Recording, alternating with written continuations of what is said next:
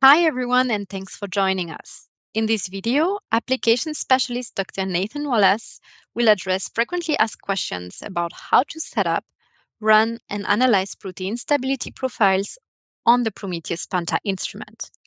He'll cover best practices for sample handling, the type of experiments you can do with the Prometheus Panta, and some general considerations for data interpretation. These questions were part of a live webinar. You can find a link to the webinar in the description if you'd like more information about using Prometheus Panta for biologics developability profiling. Thank you very much, Nathan, for this very interesting presentation and also the exploration of Prometheus Panta and the case study. As Nathan said, it's time for some questions. I'm going to start with one.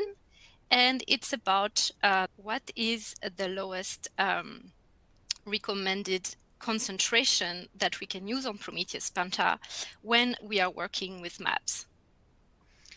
Very great question indeed.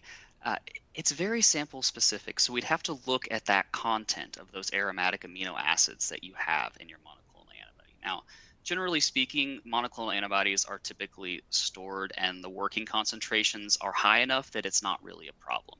But I have seen them go down as low as 50 micrograms per milliliter for monoclonal antibodies. So it's very flexible, but also sample dependent. Okay, I understand.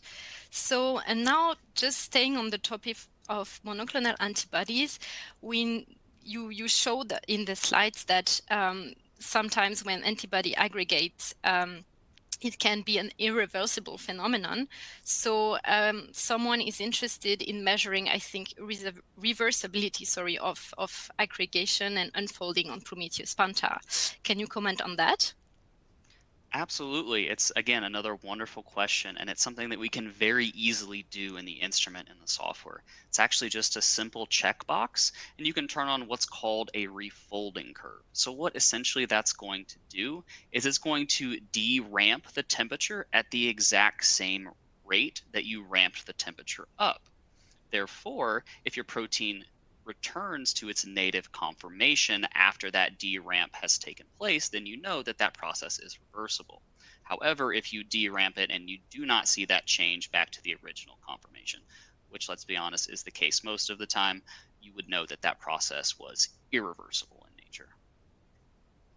Okay, I understand. And this is something you can do directly with the software. Then, if I understood correctly, it's just clicking on the box. So that I think we love that, just being one checkbox away from an experiment. And there is no need for additional sample, if I understood correctly as well. Absolutely. It's all done on the same 10 microliters of sample. Just press the button, walk away, and come back, and your data will be there. Perfect. There is a question about the PDI values. You showed us a very nice table with some values that were red flagged as of course like too high of a dispersity index for these candidates to move forward. Is there a limit that you can comment on to use when you want to red flag constructs? Absolutely. Another excellent question. So the polydispersity index is a value that's ranked from 0 to 1. And so anything less than 0.20 would be considered a monodispersed species, and anything above that would be considered a polydispersed, meaning that you had multiple species present in solution. And so the beauty of the software is it knows that cutoff, and it will automatically flag the samples that do have a PDI above 0.20. So you don't have to do anything on your end. You will just know it'll turn the number red. You'll know that we probably have multiple species present in here. Whether or not that's a contaminant or an aggregate, is going to be sample specific. Okay, thank you so much. So the next question is about the different applications and molecules you can measure with Prometheus Panta. So someone wants to know about applications in the peptide space or any other modality, basically, other than MAPS. Absolutely. So just to comment in regards to the peptide space specifically, What we would do is we can actually run thermal shift assays. And I've done this with several of my customers that I support in the territory, where they'll screen through libraries of peptides and they'll look to see that upon binding of that peptide to, say, a protein target, does that shift the thermal stability of that compound, which could indicate that binding has taken place, and then they could move that forward into, say, affinity determination or something along those lines. So there's absolutely, you're not going to be able to get any stability information from a linearized peptide, but you can absolutely use them for a thermal shift assay. Which also shows basically the versatility of the Prometheus Panta for other type of experiment as well. So I hope this answered the question. I'm moving quickly through them now. So another is about I would say the assay format, probably, if I had to qualify it. Is this a plate-based instrument?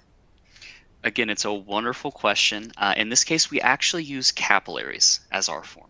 So what we'll do is you can actually take, they're either borosilicate glass capillaries, or for lower concentration, we actually have quartz capillaries as well.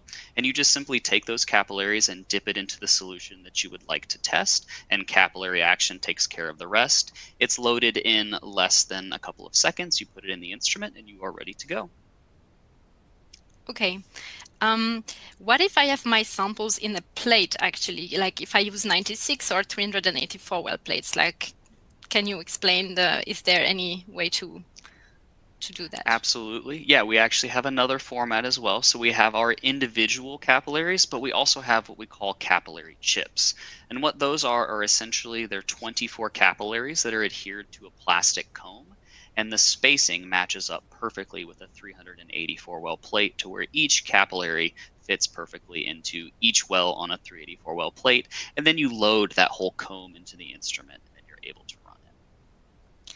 Okay, so if I have to answer, it's like it's not plate-based, but it's plate compatible. Let's say it like that. Perfect. That is very eloquently said, Leia. Okay, I'm just throwing questions at you right now. Bear with me, but there is a question about the maximum number of samples you can measure if you want to ramp the temperature greater than 1 degree Celsius per minute. Absolutely. Again, another wonderful question. The instrument is set up that you can run the Nano DSF, the back reflection, the DLS, and SLS all simultaneously on 48 samples at 1 degree Celsius per minute and still have adequate data density. So to answer your question, it would be 48 samples that can be run at a ramp rate of 1 degree Celsius per minute. And how long would that take approximately for such a measurement? So for 48 samples? Absolutely, a great question. It depends on the temperature range. So our default temperature range is 20 degrees Celsius to 95 degrees Celsius, and that takes approximately an hour and 15 minutes. I wanted to thank you, everyone that joined us today, for all the great questions we are still getting, and for, of course, you, Nathan, for this great presentation. I hope everybody could learn something and explore how Prometheus Panta can support developability assessment of biologics, but also other applications. Yeah, thank you so much, and have everyone a great rest of your day or beginning of your day. Thanks, everyone, for your time. Take care.